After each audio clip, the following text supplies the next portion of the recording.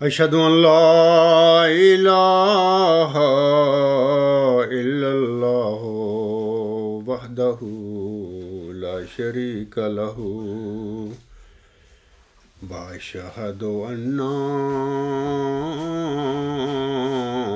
محمدا عبده ورسوله أما بعد فأعوذ بالله من الشيطان الرجيم بسم الله الرحمن الرحيم الحمد لله رب العالمين الرحمن الرحيم مالك يوم الدين إياك نعبد وإياك نستعين اهدنا الصراط المستقيم صراط الذين أنعمت عليهم صراط الذين أنعمت عليهم غير المغضوب عليهم ولا الضالين قل لو شاء الله ما تلوته عليكم ولا أدراكم به فقد لبثت فيكم عمر من قبله افلا تعقلون۔ یہ سورۃ یونس کی آیت نمبر 17 ہے۔ اس آیت میں اللہ تعالیٰ فرماتا ہے اپنے پیارے نبی حضرت محمد مصطفیٰ احمد مجتبیٰ صلی اللہ علیہ وآلہ وسلم کو مخاطب کر کے اللہ تعالیٰ فرماتا ہے تو کہہ دے کہ اگر اللہ چاہتا تو میں اس یعنی قرآنی وحی کی تلاوت تم پر نہ کرتا، اور وہ یعنی اللہ تعالیٰ تمہیں اس پر آگاہ نہ کرتا،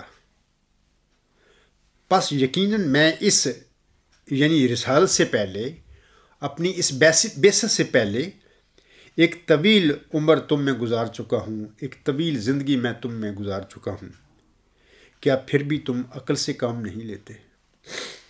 سامعین کرام، یہ بڑا زبردست ہر زمانے کے جو مدعی ہوتا ہے اللہ تعالیٰ کی طرف سے کھڑا ہونے والا انسان جو ہوتا ہے اپنا دعویٰ کرتا ہے کہ مجھے اللہ نے مامور فرمایا ہے یا کھڑا کیا ہے، اس کی صداقت کے لیے ایک بین جو دلیل اللہ نے اس کو قرار دیا ہے۔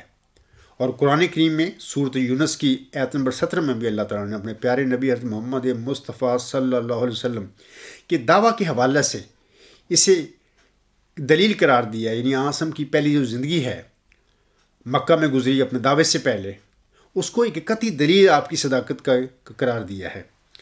تو ہر زمانے کا جو مرسل دنیا میں آیا ہے اس کے زمانے میں اس مرسل نے اللہ تعالیٰ کی طرف سے مامور ہونے سے پہلے جو زندگی اپنی قوم میں گزاری ہے، اس کی وہ جو زندگی ہوتی ہے، ہر رسول کی زندگی میں بات کر رہا ہوں، وہ اس کی صداقت کا ایک بیان، ایک قطعی ثبوت ہوا کرتا ہے۔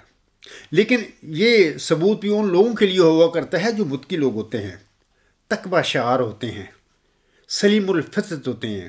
شیطانوں کے لیے ہر معمور کی جو زندگی ہوتی ہے پہلی اپنے قوم میں گزری ہوتی، وہ ان کے لیے کوئی معیار نہیں ہوتا، کیونکہ وہ لوگ جو ہوتے ہیں غیر متقی، غیر صالح ہوتے ہیں، وہ فضول قسم کے، غلط قسم کے جو لوگ مخالف ہوتے ہیں اس کی پہلی زندگی میں، کیونکہ جب انسان کھڑا ہوتا ہے تو انسانوں میں سے کھڑا ہوتا ہے. انسانوں میں برادریاں قبیلے ہوتے ہیں، قبیلوں میں برادریوں میں لڑائیاں ہوتی ہیں، ایک دوسرے سے دشمنیاں ہوتی ہیں.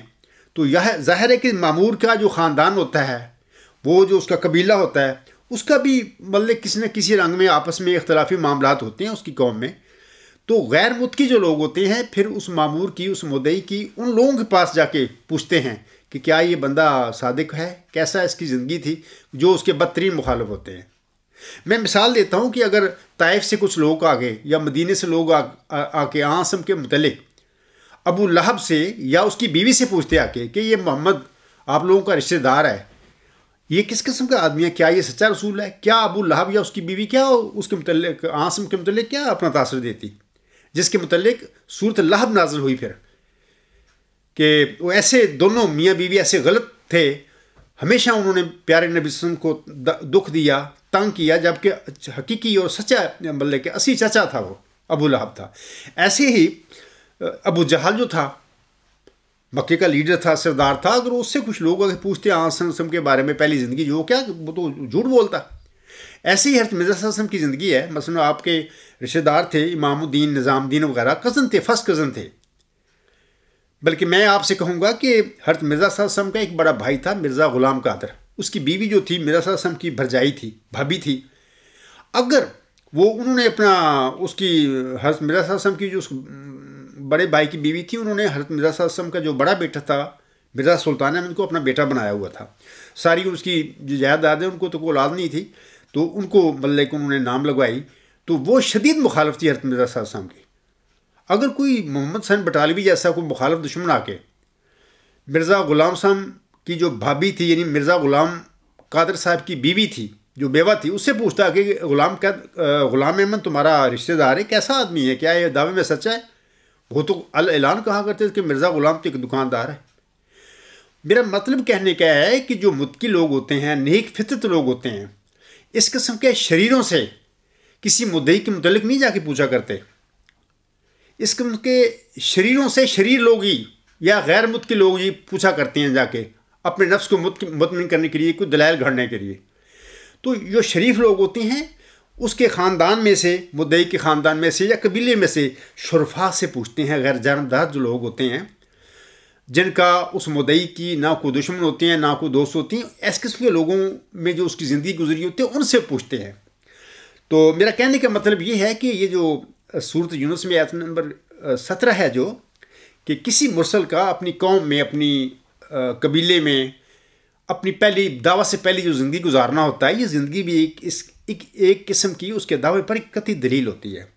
کیونکہ کسی خدا تعالیٰ کا سچا جو مرسل ہے اس کی زندگی میں کوئی بندہ، کوئی مخالف اس کی زندگی میں کوئی عیب نہیں نکال سکتا، کیونکہ اللہ تعالیٰ نے اس کو اس طریقے نہ توفیق دی ہوتی ہے کہ وہ اپنی زندگی گزارے اپنی قوم میں، اپنے خاندان میں، کہ کوئی بندہ اس کی طرف انگلی نہیں اٹھا سکتا. ہاں جھوٹے کاذب لوگ ہوتے ہیں، وہ تو پھر جیسے کہ ابھی میں نے مثال دی ہے کہ ابو لہب ہو، اس کی بیوی ہو، یا حضرت مرزا صلی اللہ علیہ وسلم کی وہ بھابھی تھی، مرزا غلام قادر صاحب کی بیوی تھی، یا مرزا غلام احمد کے فرسٹ کزن تھے امام دین یا نظام دین، ڈاکو ٹائپ لوگ تھے. ان کے تو تاثر یہی تھے نا کہ غلام احمد کے دکاندار ہے. ایسے ہی مطلب کہ جو شریف لوگ ہوتے ہیں وہ اس قسم کے شریر لوگوں سے کسی مدعی کے بارے میں نہیں پوچھتے جا کے، اس قسم کے شریروں سے شریر ہی پوچھتے ہیں، غیر متقی لوگ پوچھا کرتے ہیں. اس کے بعد میں سامعین کو بتانا چاہتا ہوں کہ آج میں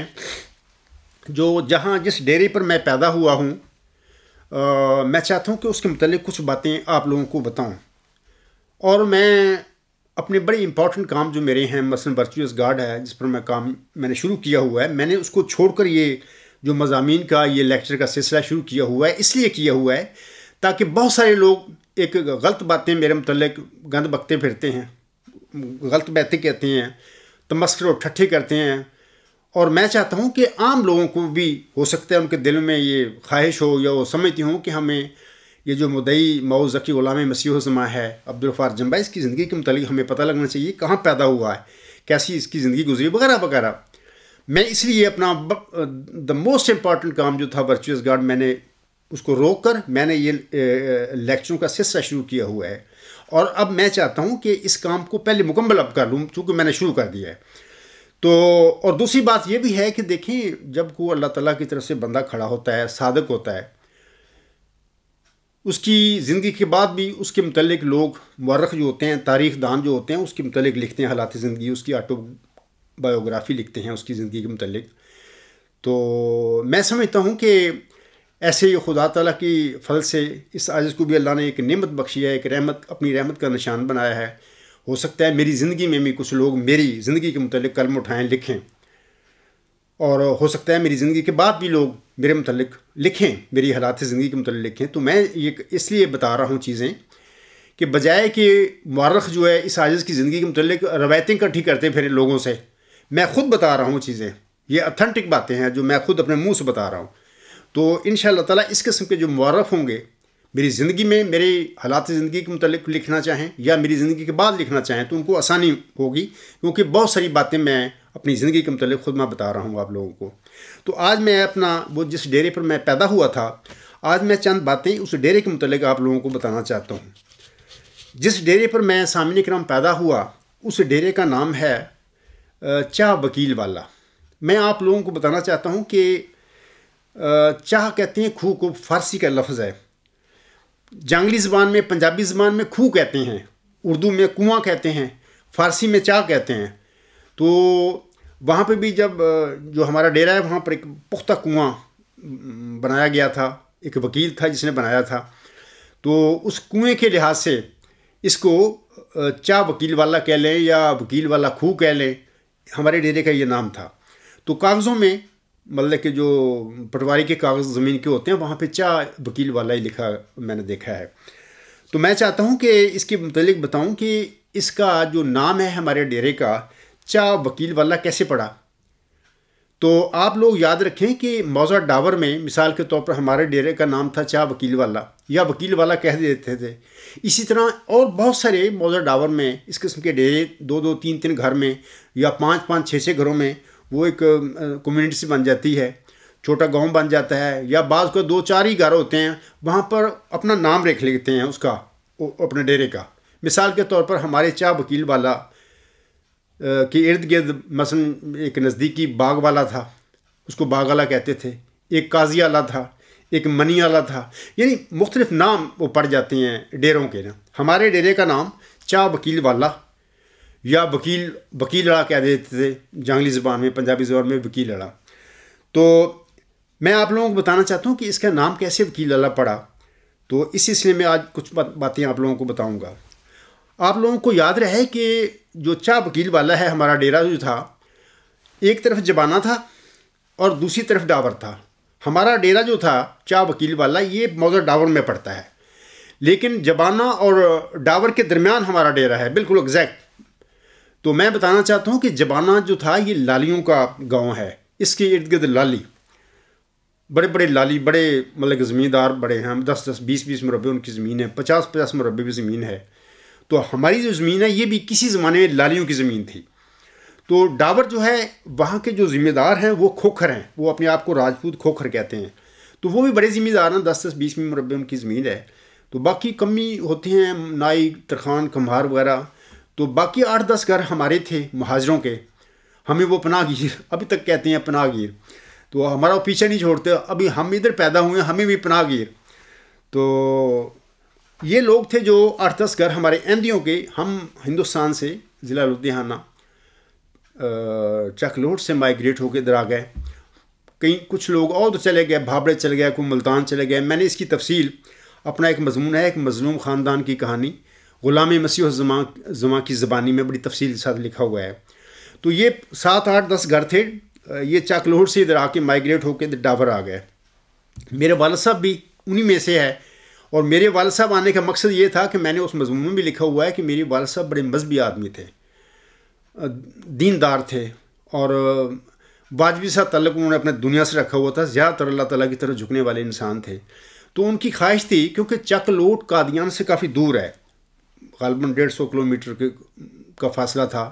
اب مائیگریشن ہو گئی، نیا ملک بن گیا. ان کی خواہش تھی کہ جہاں پاکستان میں مرکز بنے، وہ چاہتے تھے کہ میں ارد گرد رہوں اور میں مرکز میں میرے بچے رہیں اور پڑھیں، مطلب کہ دین کا علم سیکھیں، دنیا کی علم ان کو شوق تھا بڑا.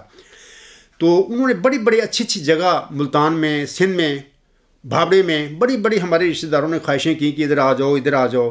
میرے والد صاحب نے بڑی اچھی اچھی زمینیں چھوڑ کر صرف مرکز کی خاطر، محبت کی خاطر کہ ادھر مرکز ہے، مرکز قریب میں رہنا چاہتا ہوں، یہ ڈاور وہ آ گئے.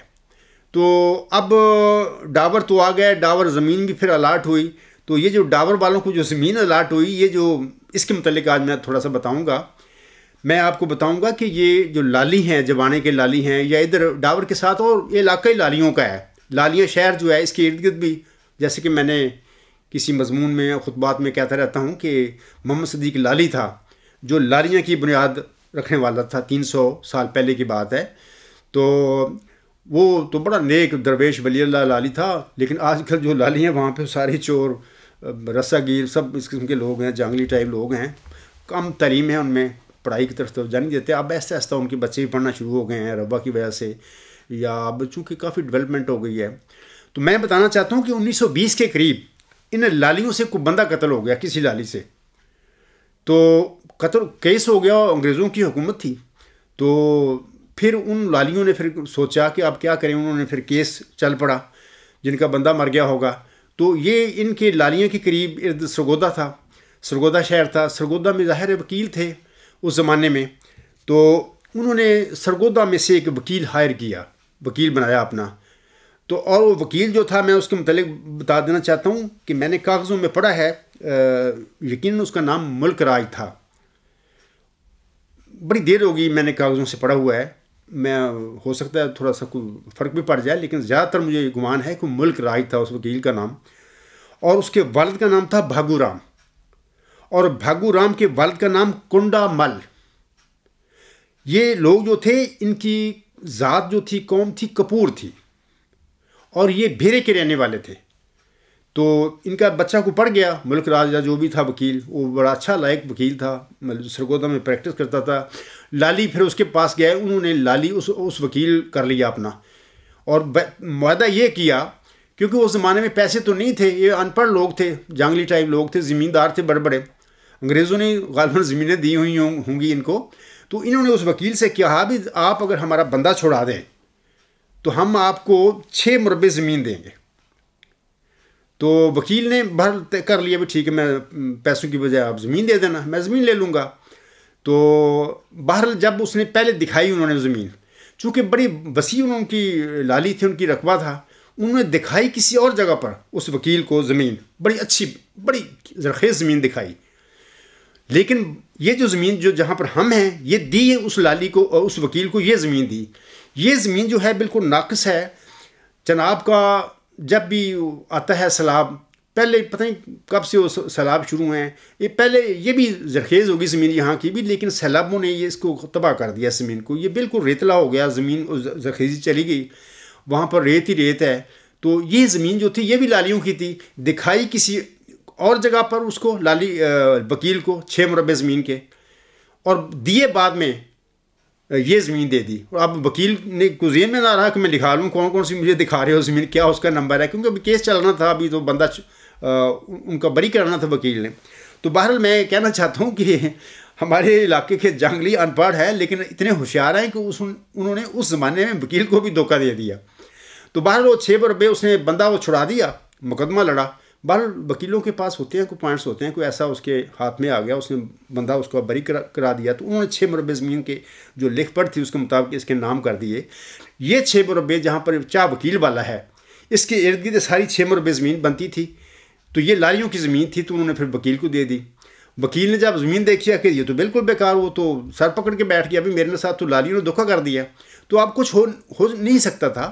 تو لالی چونکہ وکیل چونکہ پڑھا لکھا تھا، شہر میں رہتا تھا، تو اس نے اس زمین کو ڈیولپ کرنا چاہا، بنانا چاہا، پیسہ خرچ کیا. تو وہاں پر اس نے پھر 1932 میں کاغذوں میں، ہمارے زمین کے کاغذوں میں لکھا ہوا ہے، 1932 میں اس نے cooperative insurance company limited Lahore, کوئی انشورنس کمپنی تھی، اس کو اس وکیل نے رہن رکھ دی زمین. اس زمانے میں 25,000 روپیہ لے کر یہ گروی کر دی، 6 مربع زمین کے اس نے کر دیے. تو اس کے بعد پھر اس نے چاہ وکیل والا جو ہے جہاں پر میں پیدا ہوں جس ڈیرے میں، وہاں پر اس نے بہت بہترین اس زمانے میں پختہ کنواں لگوایا. تو بڑا جدید قسم کا. تو میں بھی اپنی پیدا ہونے کے بعد 8-10 سال تک 12 سال تک میں نے کنواں خود میں چلاتا رہا ہوں اپنے بھائیوں کے ساتھ بیلوں کے ساتھ.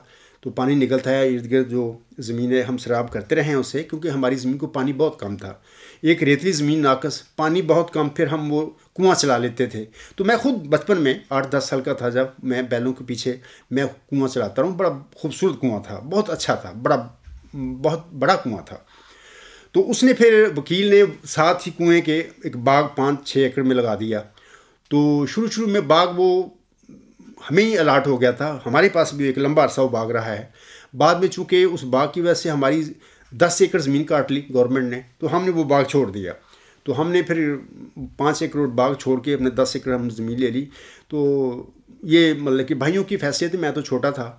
تو باغ بڑا اچھا تھا، میں ایک لمبا عرصہ ہم وہاں پہ وہ دیکھتے رہے ہیں. اب 1965 یا 70 کے قریب کو جو ہمارے کسی قریبی رشتہ دار نے وہ خرید لیا تھا، وہ باغ خرید لیا تھا کسی انسان سے. کوئی سید تھا لاہور کا، وقار شاہ، جس نے پھر الاٹ کروایا تھا. تو اس نے خرید لیا. تو پھر اس نے باغ جو سارا تلف کر دیا، اکھیڑ دیا. تو میں کہنا چاہتا ہوں کہ یہ زمین جو ہے، یہ ڈیرا جو ہے چاہ وکیل والا، اس وکیل کی وجہ سے اس کا نام پڑا وکیل والا. پھر کاغذوں میں اب چاہ وکیل والا، یعنی وکیل والا کنواں، وکیل دا کھوہ پنجابی میں، جنگلی زبان میں کیا دیتے ہیں. تو کاغذوں میں چاہ وکیل والا لکھا جاتا ہے. تو یہ تو میں اپنے ڈیرے کی تھوڑی سی آپ کو بتائی ہے. اس کے بعد میں آپ لوگوں کو بتانا چاہتا ہوں کہ وہ جب تقسیم ہو گئی 1947 میں، وہ ہندو بھی وکیل بھی سب چلے گئے انڈیا. تو یہ وہ زمین تو انہوں نے ساتھ نہ لے کے جانی تھی، وہ زمین ادھر چھوڑ گئے. تو میرے والد صاحب کا، جیسے کہ ابھی میں نے بتایا کہ ان کی خواہش تھی کہ میں مرکز کے قریب رہنا چاہتا ہوں، کہ میرے بچے پڑھیں، دین کا علم لیں. تو انہوں نے بڑی اچھی زمینیں چھوڑ کے، تو انہوں نے پھر ادھر ڈراور آ گئے، اپنی برادری تھی ہماری، تو ان کے ساتھ آ گئے وہ. لیکن اکیلے تھے، ان کا کوئی بھائی نہیں تھا. ان کا ایک میرا ماموں تھا، وہ ایک ہی تھا، وہ فوت ہو گیا جوانی میں تقسیم کے بعد، یعنی 1953 میں یا 52 میں فوت ہوا. تو وہ بھی شپیلر تھا، کبڈی کھیلتا تھا، پہلوانی کرتا تھا، اس کو بڑا طاقتور تھا. تو اس کا بڑا اثر تھا چک لوٹ میں بھی، بعد میں بھی ادھر آ کے. تو میرے والد کو اس کا بڑا سہارا تھا. اپنا تو بھائی نہیں تھا میرا والد کا. تو اس کے فوت ہونے کے بعد پھر میرے والد صاحب کمزور ہو گئے. کہ یعنی یہ شریک تھے، یہ برادری تھی ڈاور والی، مردود قسم کے لوگ ہیں. میرے والد صاحب کو انہوں نے ہمارے والد صاحب کی زندگی کو جہنم بنایا. ماموں فوت ہو گئے، بعد میں بڑی دکھ میں زندگی گزاری، باہر اکیلے رہے. لیکن اپنا ان کا اللہ کے ساتھ تعلق تھا، انہوں نے دنیا طرف نہیں گئے تھے، نہ ان کو جھگڑوں میں پڑتے تھے. تو بہرحال 1954 میں پھر جلدی فوت بھی ہو گئے. تو میں کہنا یہ چاہتا ہوں کہ وہ تقسیم کے بعد وہ ہندو وکیل تو چلا گیا چھوڑ کے زمین وغیرہ. تو یہ 6 مربع زمین ہمارے جو مہاجر تھے، جن کو ہم ڈاور والے لوگ پناہ گیر کہتے ہیں، ان کو الاٹ ہو گئی. تو ان میں سب سے زیادہ زمین ہمارے والد صاحب کی تھی، کوئی 23-24 ایکڑ. باقی ان کی مطلب کہ باقی جو تھے ان کو 7-7 ایکڑ 5-5 ایکڑ کے قریب یا اس سے کم ان کو الاٹ ہو گئی. تو اسی طرح وہ 6 مربع زمین جو تھے وہ ان کو مہاجروں کو الاٹ ہو گئی. لیکن 1932 میں جب وکیل نے یہ زمین جو اپنی رہن رکھی تھی، تو کاغذوں میں تو رہن لفظ آ گیا، لکھ دی انہوں نے. تو وکیل چلا گیا، انگریز چلے گئے، ہندو چلے گئے، تقسیم ہو گیا، ملک نیا بن گیا. اب وہ کاغذوں پر وہ رہن کا لفظ آج تک موجود ہے. تو اس لفظ کی وجہ سے وہ زمین ایک تو ہماری ویسی ناقص زمین وہ وکیل کو دی لالیوں نے. تو میرے والد صاحب کو شوق مرکز کا، اور مرکز کی محبت اور احمدیت کی محبت کے لیے وہ ادھر آ گئے، بڑی اچھی زمینیں چھوڑ کے.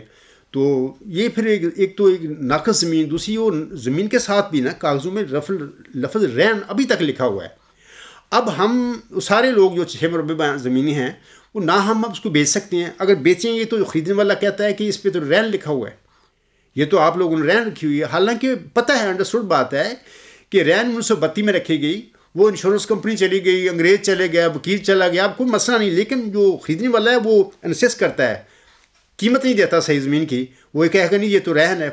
ایک مسئلہ ہے میرے لیے، نہیں صرف ہمارے لیے، پورے 6 مربع ہیں جو زمین کے، پورے مہاجر جو ہیں سارے، ہماری برادری ساری، ان سب کے لیے مسئلہ ہے، کیونکہ سب کو یہ زمین الاٹ ہوئی. تو ایک تو ناقص زمین، دوسرا ایک ساتھ رہن لکھا ہوا ہے، نہ ہم کو قرضہ لے سکتے ہیں گورنمنٹ سے اس کی کوئی چیز ٹیوب ویل لگانے کے لیے یا کوئی اور کام کرنے کے لیے، کیونکہ وہاں پہ رہن لکھا ہوا ہے، تو وہ نہ کوئی بینک اس کا قرضہ دیتا ہے، کچھ بھی نہیں کر سکتے۔ تو بہرحال الحمدللہ اللہ تعالیٰ نے تو ہم پر فضل کیا۔ 1995-96 میں ہمارا تو تبادلہ ہو گیا۔ جس ڈیرے پر چاہ وکیل باللہ پر میں پیدا ہوا تھا، اب تو وہاں پہ ہمارا رقبہ نہیں ہے۔ ہم نے ڈاور کے جو کھوکھر ہیں ان کا کچھ رقبہ، کچھ لوگ ہیں ربوہ کے ساتھ ان کی زمینیں ہیں، تو وہ بڑی دیر کے میرے بھائیوں کو کہا کرتے تھے کہ عبدالسلام عبدالستار صاحب تبادلہ کر لیں، کہ تمہارا ربے سے کوئی تعلق ہے، تمہارا وہ جماعت ہے یا جو بھی ہے، ہمارا ڈاور سے تعلق ہے، ہم پیدل چل چل کر تھک گئے ہیں، کیوں نہ ہم تبادلہ کر لیں۔ تبادلہ کے لیے ضروری تھا کہ ان کی زمین زیادہ تھی، 4-5 ایکڑ زیادہ زمین تھی، ہمارے نہیں، کم تھی زمین، تو وہ پیسے مانگتے تھے۔ اتنی زمین 4-5 ایکڑ، ہمارے غربت کا بے انتہا غربت ہم نے دیکھی، غربت میں زندگی گزاری، تو ہم کہاں سے دے سکتے تھے؟ اس وجہ سے تبادلہ نہیں ہوا ایک لمبا عرصہ۔ لیکن بعد جب میں ادھر جرمنی آ گیا، میرے بھتیجے بھی کچھ آ گئے جرمنی، تو الحمدللہ ہمیں طاقت ملی، تو ہم نے وہ معاملہ مطلب پیسے اکٹھے کر لیے، تو وہ اپنا ہمارے پاس، میرے بھائیوں کے پاس اتنے پیسے ہو گئے، تو وہ تبادلہ ہمارا 1996 میں ہو گیا۔ یعنی ہماری جو زمین ہے اب وہ چاہ وکیل باللہ پہ نہیں ہے، ہماری زمین اب ربوہ کے مغربی طرف جو ڈاور کی طرف سڑک جاتی ہے، اس کے ساتھ ہی چمن آباز کے ساتھ یا برجی کہہ لیں، اس کے ساتھ ہی ہماری زمین ہے، لیکن وہ موضع ڈاور میں زمین ہے، ربوہ میں نہیں ہے، ڈاور میں ہی ہے۔ ڈاور کا موضع بہت وسیع ہے، تو اس لحاظ سے پھر ہماری تو جان چھوٹ گئی اس زمین سے بھی چھوٹ گئی، تو اب تو ادھر ہمارے ربے کے پاس آ گئے ہیں۔ تو یہ ایک چھوٹی سی کہانی آپ لوگوں کو بتائی ہے کہ جس ڈیرے پر میں پیدا ہوا ہوں، اس ڈیرے کا نام وکیل والا اس وجہ سے پڑا ہے کہ اس کا ڈیرا کا بنانے والا، کنواں لگانے والا وکیل تھا، وہ اس کی وجہ سے وہ ڈیرا کا نام پڑ گیا وکیل والا، تو اس لیے کاغذوں میں چاہ وکیل والا اسے کہتے ہیں۔ سامعین کرام، یہ تو ہماری ڈیرے کے متعلق میں نے کچھ باتیں بتائی ہیں۔ اب میں بتانا چاہتا ہوں کہ کراچی کے میں گیا، وہاں پہ ٹرائی کی، جاب کی، پارٹ ٹائم جاب کر لوں، اور پھر اس کے بعد میں کراچی یونیورسٹی میں اپنا اسٹڈی کر لوں، اپنا مکمل کر لوں ایم اے۔ تو وہاں پہ میں ایک تو نوکری نہ، پارٹ ٹائم میں یہ اپنا مزاج ہے، لیکن وہاں پہ آپ نے سن لیا ہوگا، میں نے کسی لیکچر میں غالباً گزشتہ لیکچر میں بتایا ہے کہ وہاں پہ میں نے سینمے میں کام کیا، تو 1 مہینے میں جو تماشا وہاں پہ ہوا، جو آج کل میرے پر اعتراض بھی لوگ کرتے ہیں، تو یہ سارا میرا مزاج کچھ اور ہے، تو میری مزاج کے مطابق وہاں پر نہ جاب ملا مجھے۔ کراچی یونیورسٹی میں گیا، تو وہاں پھر جب وہاں پہ داخلے شروع ہوئے، تو وہاں پہ جب میں نے گیا اپلائی کیا، تو وہاں پہ انہوں نے کہا کہ نہیں، پہلے کراچی اور سندھ کا ہم جو اسٹوڈنٹس ہیں ان کو پریفر کرتے ہیں، آپ لوگ چونکہ پنجاب سے ہیں تو آپ کو تو پنجاب یونیورسٹی پہلے، آپ ادھر جائیں۔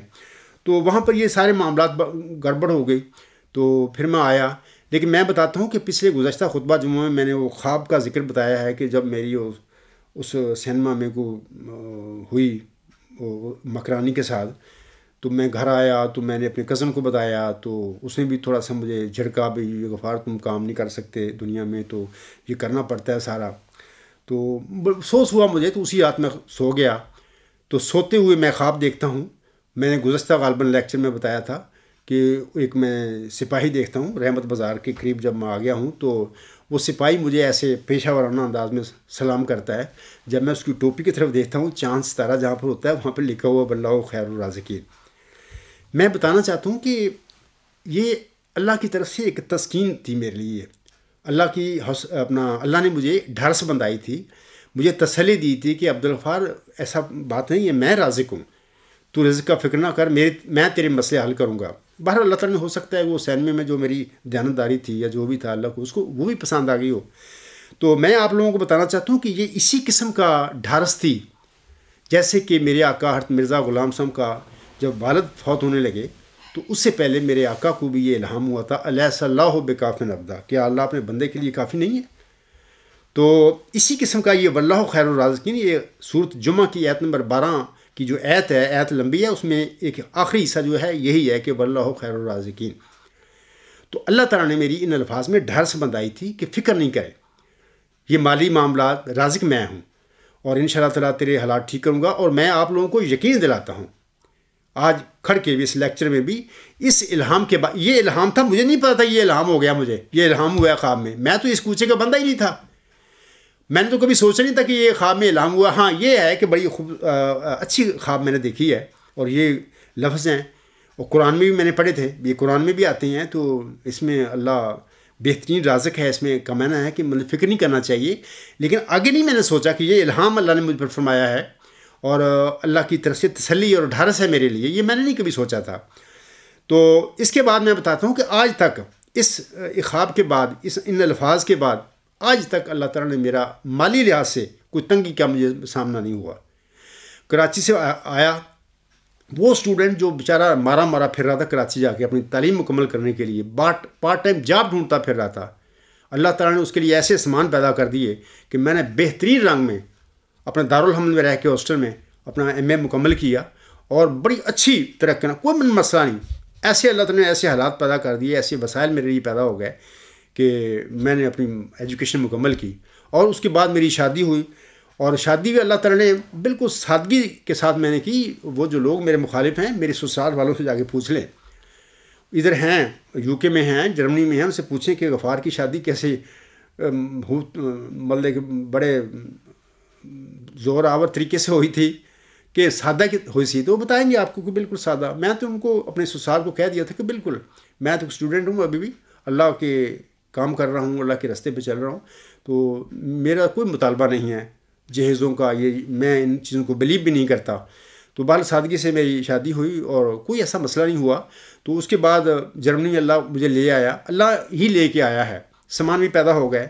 ادھر جرمنی میں رہا ہوں، کوئی ثابت کر کے دکھا دے جرمنی میں، یہ لیکچروں کا بعد میں سلسلہ بتاؤں گا جرمنی کے میں کیسے رہا ہوں.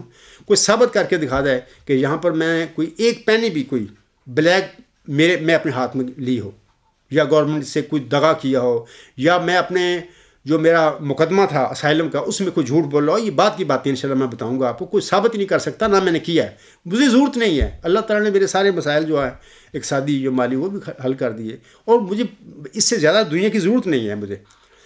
تو میں بتانا چاہتا ہوں کہ یہ سچا الہام تھا. ایسے ہی جیسے حضرت مرزا صلی اللہ علیہ وسلم کو اللہ نے تسلی دی تھی کہ الیس اللہ بکافٍ عبدہ، کیا اللہ اپنے بندے کے لیے کافی نہیں ہے، ایسے ہی اللہ تعالیٰ نے حضرت بانی جماعت علیہ السلام یا محمدی مریم کے ذکی غلام کو بھی ان الفاظ میں بشارت دی کہ واللہ خیر الرازقین، کہ اور اللہ بہترین رازق ہے، تو فکر نہیں کرنا، رزق کا نہیں فکر کریں گا. اور آج تک الحمدللہ میرا کوئی مجھے تنگی نہیں ہے. اور اس کے بعد یہ سارے معاملے جو تنگی کے تھے، رزق کے مسئلے تھے، وہ سارے ختم ہو گئے. سامعین کرام، اس کے بعد میں آپ لوگوں کو بتانا چاہتا ہوں کہ دارالحمد میں آیا، پنجاب یونیورسٹی میں ایڈمٹ ہو گیا ادھر آ کے 1981 میں. تو وہاں پر جو واقعہ ہوا میرے ساتھ روحانی واقعہ، اس کا میں آج کے لیکچر میں ذکر نہیں کروں گا، کیونکہ وہ واقعہ ایسا مفصل ہے کہ اس کے لیے خود ایک لیکچر کی ضرورت ہے کہ 1 گھنٹہ کم از کم میرے پاس ہونا چاہیے کہ میں اس میں بتاؤں کہ میرے ساتھ کیسے ہوا. تو یہ جو لیکچر ہے میں نے اپنے آج جو اپنا ڈیرا ہے اس کا نام ہے چاہ وکیل واللہ، اس کے متعلق میں بتا رہا ہوں کہ کہاں میں پیدا ہوا، اس کا نام کیسے پڑ گیا.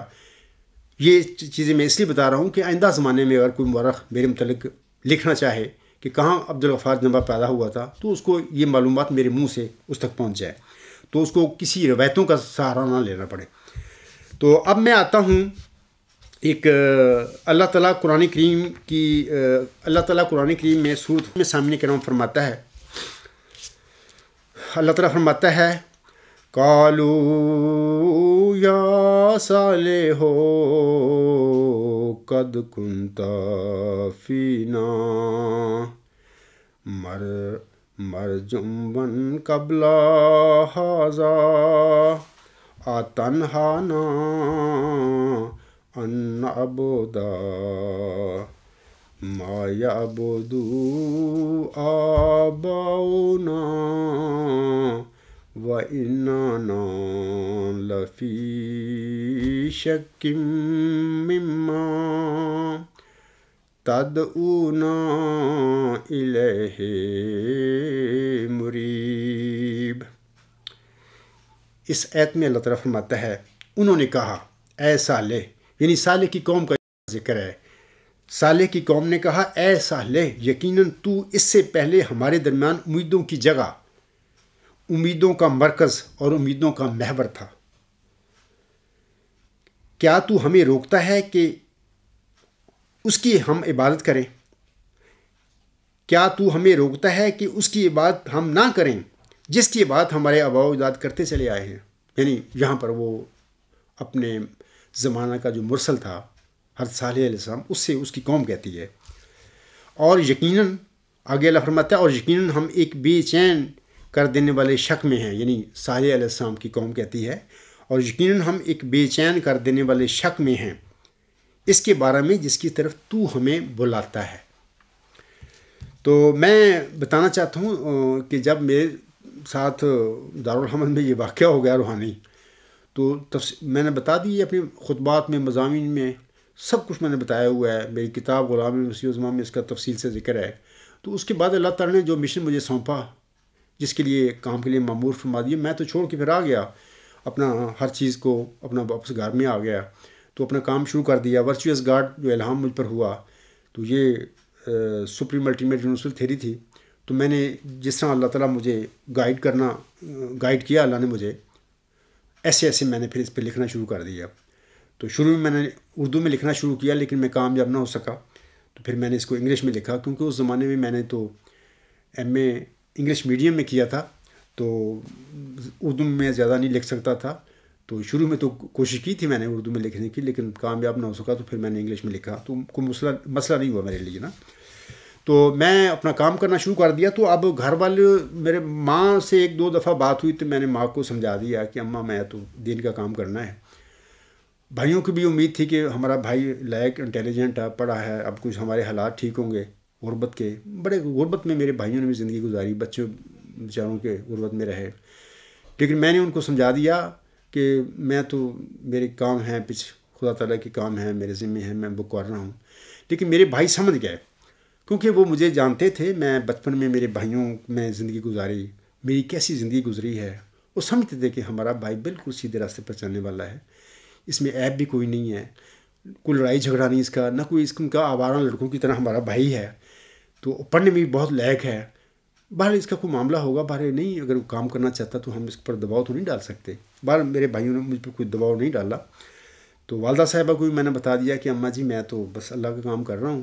تو باہر میں سمجھتا ہوں کہ بڑا اچھا کام اللہ نے مجھے دے دیا ہے، تو یہی میں کروں گا. تو باقی اللہ تعالیٰ روٹی انشاءاللہ ہر انسان کو دے رہا ہے اس دنیا میں، تو مجھے بھی دے گا وہ. تو میری ماں بھی اس سے مطمئن ہو گئی تھی. تو ایک دفعہ میں آپ لوگوں کو بتانا چاہتا ہوں کہ میں ڈیرے پر گیا جب میں ورچوئس گارڈ لکھ رہا تھا. تو ہمارے ڈیرے پر چاہ وکیل والا کے ساتھ ارد گرد مطلب یہ اور لوگوں کے گھر تھے. کچھ ایسے لوگ بھی تھے جو کسی زمانہ میں ہمارے ہی مزیرے تھے، ہماری زمین پر میرے والد صاحب کے زمانے میں وہ کام کیا کرتے تھے. تو ان کا ایک فرد تھا، وہ کٹر مخالف تھا احمدیت کا، مرزا صاحب کا بڑا مخالف تھا. میری بھی کبھی کبھی بحث ہوتی تھی اس سے. وہ اتنا مخالف تھا. ایک دفعہ 1974 کی بات ہے، جب وہ رجسٹریشن والا واقعہ ہوا تو ہمیں بھی بڑے دکھ ڈاور میں بھی ملے. ہمارا بائی کارڈ مکاتیہ سارا ہر چیز بند. تو بڑی پریشانی والی بات تھی. تو ان دنوں میں بڑے مولوی منظور چنوٹی ڈاور میں جا کے اس نے فساد ڈالا ہوا تھا. تو وہ بھی بڑی بڑی داڑھی تھی اس بندے کی. تو ہمارا مزیرہ تھا صاحب کا، کسی زمانے میں کام کرتا تھا، تو مذہبی تھا بڑا. تو بڑی بحث ہوتی تھی اس زمانے میں، میرے ساتھ بھی بحث ہوئی. تو اس نے صاف احترام کرتا تھا ویسے ہمارا، چونکہ ہمارا مزیرہ ٹائپ ہی تھا وہ.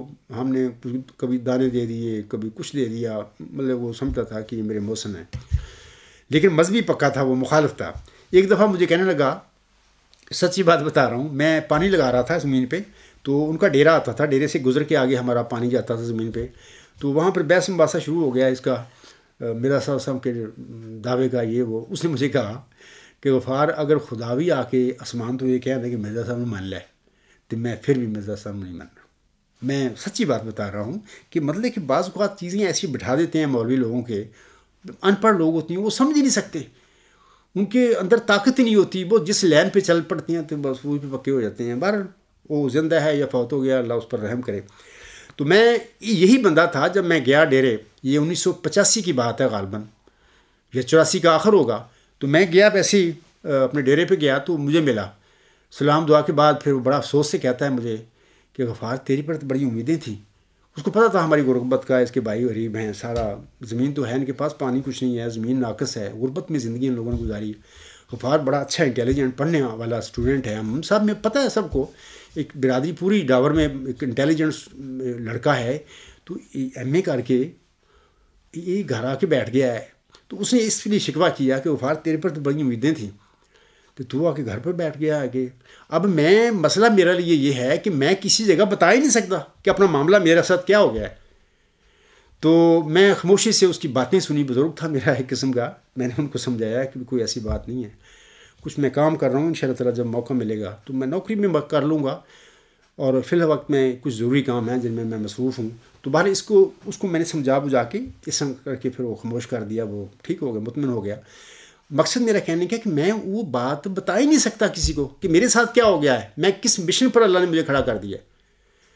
تو میں آپ کو بتانا چاہتا ہوں کہ ایسے جیسے صالح علیہ السلام کو اس کی قوم نے کہا تھا ان کی دعوے کے بعد کہ اے صالح تو ہمارے درمیان ایک بڑی امید کی جگہ تھا، تیرے پر بڑی ہمیں امیدیں تھیں، لیکن تو نے تو ہمیں اس مذہب سے ہی روکنا شروع کر دیا کہ تم ان کی بات نہ کرو جس کی ہمارے آباء و اجداد عبادت کرتے رہے تھے، اور جو تو دعویٰ کر رہا ہے اس کے حوالے سے ہم بڑے بے چین کر دینے والے شک میں پڑے ہوئے ہیں. یعنی جس موقف کی طرف تو ہمیں بلا رہا ہے ہم اس کے حوالے سے بڑے شک میں ہیں.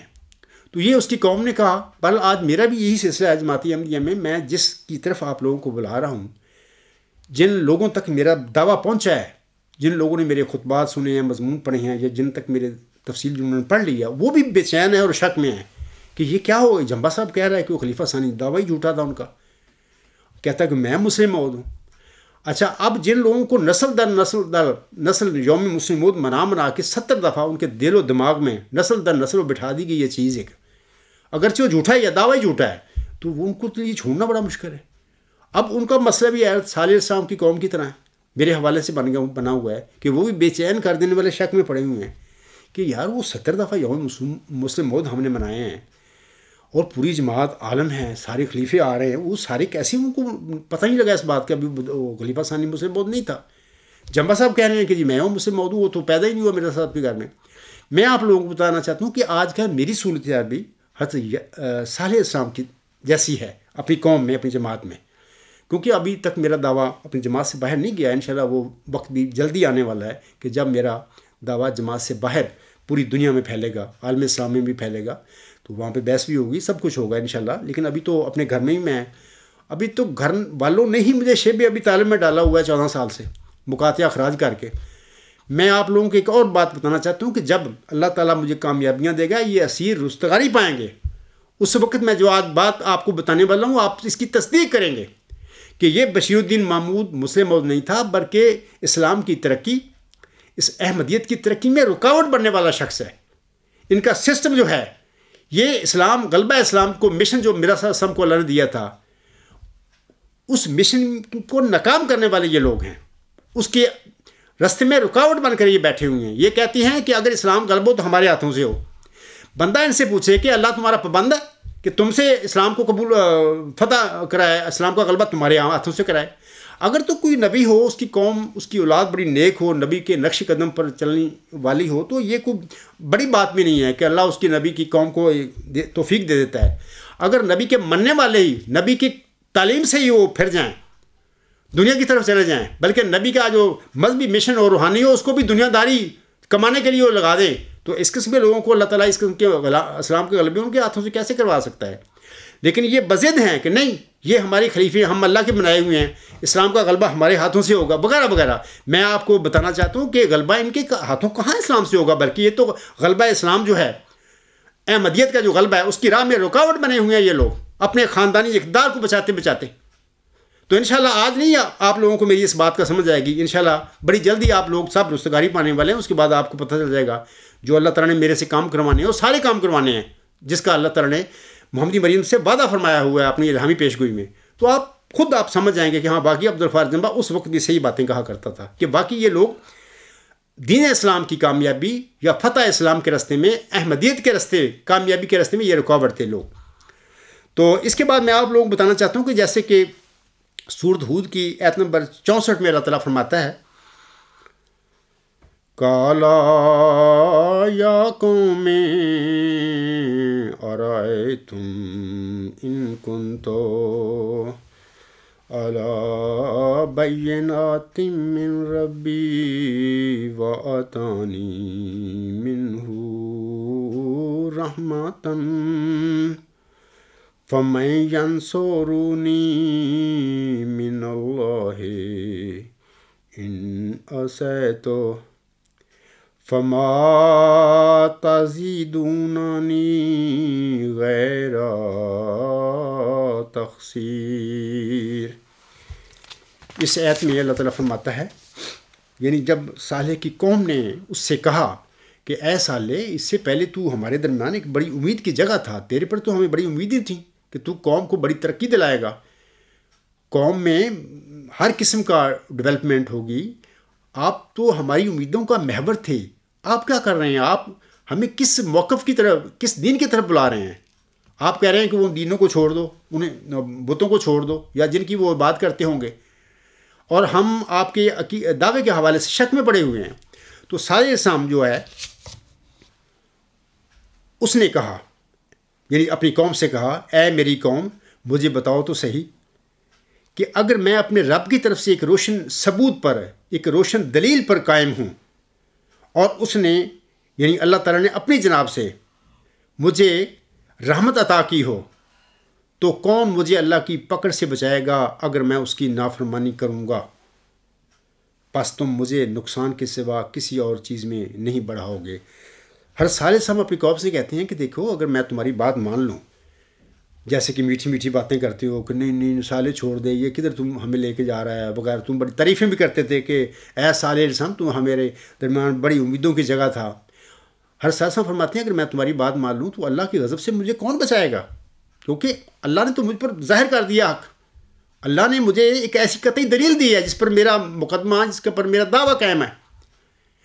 آج یہی بات میں جماعت احمدیہ میں کہتا ہوں کہ دیکھو لوگوں، کہ تم مجھے کبھی 52 نشانیاں پوری کرتے ہو خلیفہ ثانی کے وجود میں، کبھی 58 کرتے ہو۔ دیکھو میں آپ کو کہتا ہوں کہ حضرت مرزا صاحب صاحب کو اللہ تعالیٰ نے وہ ذکی غلام، وہ مسلم، وہ دیا ہی نہیں بطور جسمانی لڑکا۔ اور پھر میں کہتا ہوں کہ اللہ نے مجھے خبر دیا کہ اے عبدالغفار، وہ رحمت کا نشان تو ہے جس کی خبر میں نے اپنی برزیدہ بندے محمدی مرزا غلام صاحب کو چلہ ہوشیارپور میں اس کی تضرعوں کی قبولیت، اس کی دعاؤں کی قبولیت کے جواب میں اس کو دی تھی۔ وہ تو ہے رحمت کا نشان، وہ ذکی غلام تو ہے جسے میرے برزیدہ بندے نے مسلم موت کا نام دیا تھا۔ اور پھر میں آپ لوگوں کو بتاتا ہوں کہ دیکھو کہ اس کی قطعی علامتیں ہیں، مرکزی علمی نشانیاں ہیں، اس الہامی پیش میں اللہ نے بتائی ہوئی اس کی نشانیاں۔ آپ 52 نشانیوں کو چھوڑیں، وہ نشانیاں ہیں اصل میں اس بندے کی۔ اللہ فرماتا ہے وہ سخت ذہین و فہیم ہوگا اور دل کا حلیم، اور علوم ظاہری و باطنی سے پر کیا جائے گا، اور وہ 3 کو 4 کرنے والا ہے۔ اس کے معنی سمجھ میں نہیں ہے، بریکٹ میں ملہم لکھتا ہے، فرزند دل بند گرامی ارجمند، دوشنبہ ہے مبارک دوشنبہ، فرزند دل بند گرامی ارجمند،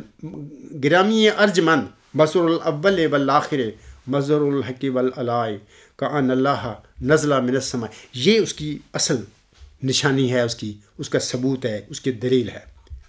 میں آپ لوگوں سے کہتا ہوں کہ میں بھی ہر صالح علیہ السلام کی طرح آپ لوگوں سے کہتا ہوں کہ دیکھو، میں اپنے رب کی طرف سے ایک روشن ثبوت، ایک دلیل پر قائم ہوں، میرا دعویٰ اس دلیل پر ہے جو حضرت مرزا صاحب کو اللہ تعالیٰ نے اس ذکی غلام کی نشانی دی تھی، علمی نشانی تھی، وہ میرے ہاتھ میں اللہ نے مجھے دی ہے بھی ہے، دکھائے لوگوں کو۔ ورچوئس گاڈ میری وہ رسالہ ہے، تھیسز ہے، وہ چھپا ہوا ہے الغلام.com پہ، وہ لکھا ہے، پڑھو اس کو۔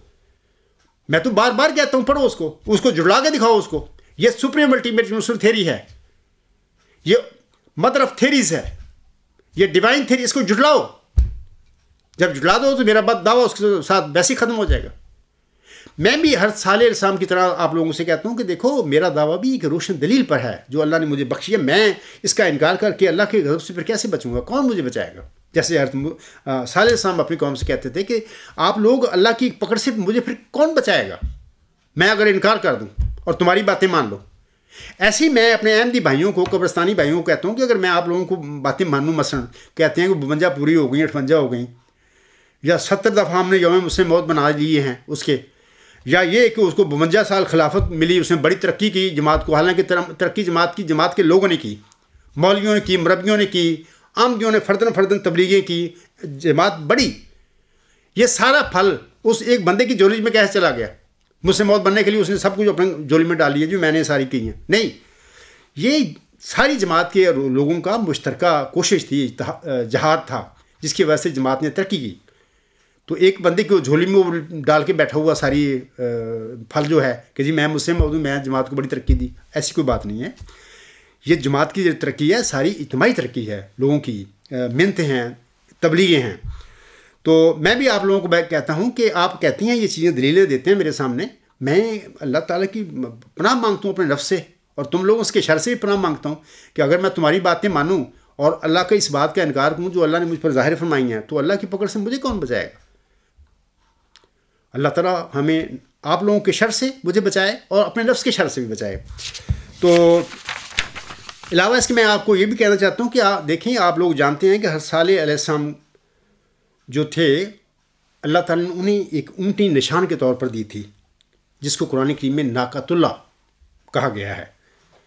اور پھر اس کے متعلق کہہ دیا تھا حضرت صالح علیہ السلام جو اپنی قوم کو بھی اس کا جو حصے کا پانی ہے اس کو پینے دو، آپ کا جو پانی ہے وہ اپنے جانوروں کو پلاؤ، تو جب یہ پانی پینے آئے اپنے حصے پر آئے تو اس کو تکلیف نہ دینا، ورنہ اگر تم نے اس کو نقصان پہنچایا تو تم پر ہلاکت آ جائے گی، اللہ تعالیٰ تمہیں تباہ و برباد کر دے گا. یہ تفصیلی واقعات ہیں، کئی صورتوں میں یہ واقعہ آیا ہے، سورۃ ہود میں ہی ہے.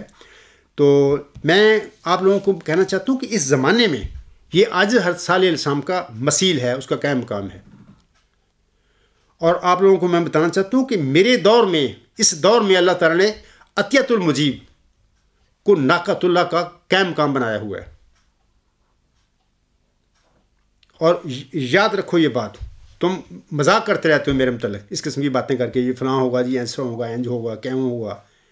میں پھر کہتا ہوں آج اس لیکچر میں کہ راج کماری عطیۃ المجیب میرے دور میں ناقۃ اللہ ہے ایک قسم کی، جیسے کہ ناقۃ اللہ حضرت صالح علیہ السلام کے زمانے میں تھی. پھر جس طرح ناقۃ اللہ کو نقصان اس کی قوم نے پہنچایا تو پھر ان کا کیا حال ہوا. تو انشاءاللہ تعالیٰ آج بھی اسی قسم کا واقعہ دہرایا جائے گا اگر جماعت احمدیہ جو قبرستان ہے اس کے خلیفہ صاحب اور اس کا نظام، اس کے مولوی یا جو کرتا عہدیدار ہیں، یہ ناباز ہے، انہوں نے سچائی کو نہ قبول کیا، تو انشاءاللہ تعالیٰ تمہارا ساتھ بھی وہی کچھ ہوگا جو ہر صالح علیہ السلام کی قوم کے ساتھ ہوا تھا.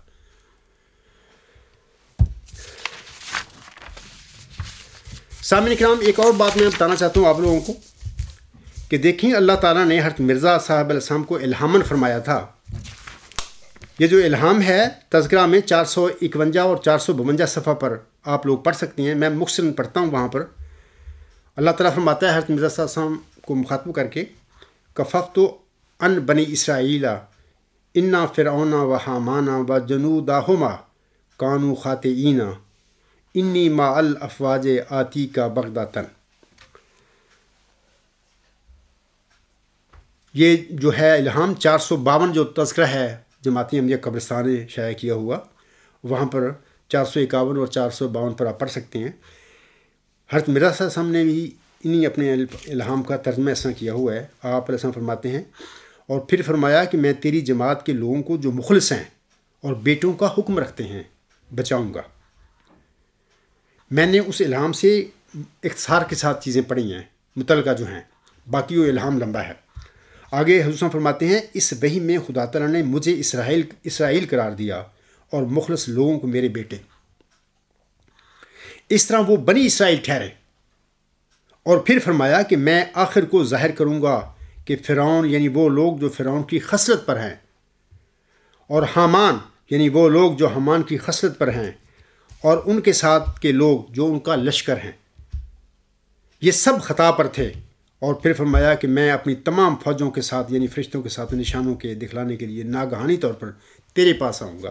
جیسا کہ یہ اللہ فرماتا ہے، انی مع الافواج آتی کا بغداتن، یعنی اس وقت جب اکثر لوگ باور نہیں کریں گے اور ہنسی اور ٹھٹھے میں مشغول ہوں گے اور بالکل میرے کام سے بے خبر ہوں گے، تب میں اس نشان کو ظاہر کر دوں گا کہ جس سے زمین کانپ اٹھے گی.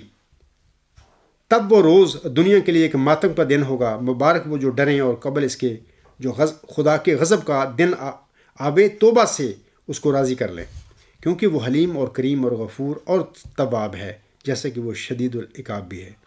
دیکھیں یہ جو اللہ تعالیٰ نے اس الہام میں آخر پہ فرمایا ہے، انی مال افواج عتیق بغداتن، جیسے کہ حضور صاحب نے فرمایا، اس کی تشریح فرمائی ہے، اور پھر فرمایا کہ میں اپنی تمام فوجوں کے ساتھ یعنی فرشتوں کے ساتھ نشانوں کے دکھانے کے لیے ناگہانی طور پر تیرے پاس آؤں گا۔ ایسا ہی حضور صاحب کو ایک الہام ہوا، وہ تذکرہ صفحہ 269 پہ الہام ہے، انی مال غفار عتیق بغداتن۔ اس کا ترجمہ یہ ہے کہ میں غفار کے ساتھ ہوں، تیرے پاس اچانک آؤں گا۔ تو یہ دیکھیں، میں دلیل دے رہا ہوں آپ لوگوں کو کہ یہ جو الہام ہے 16 نومبر 1898 کا ہے، انی مال غفار عتیق بغداتن۔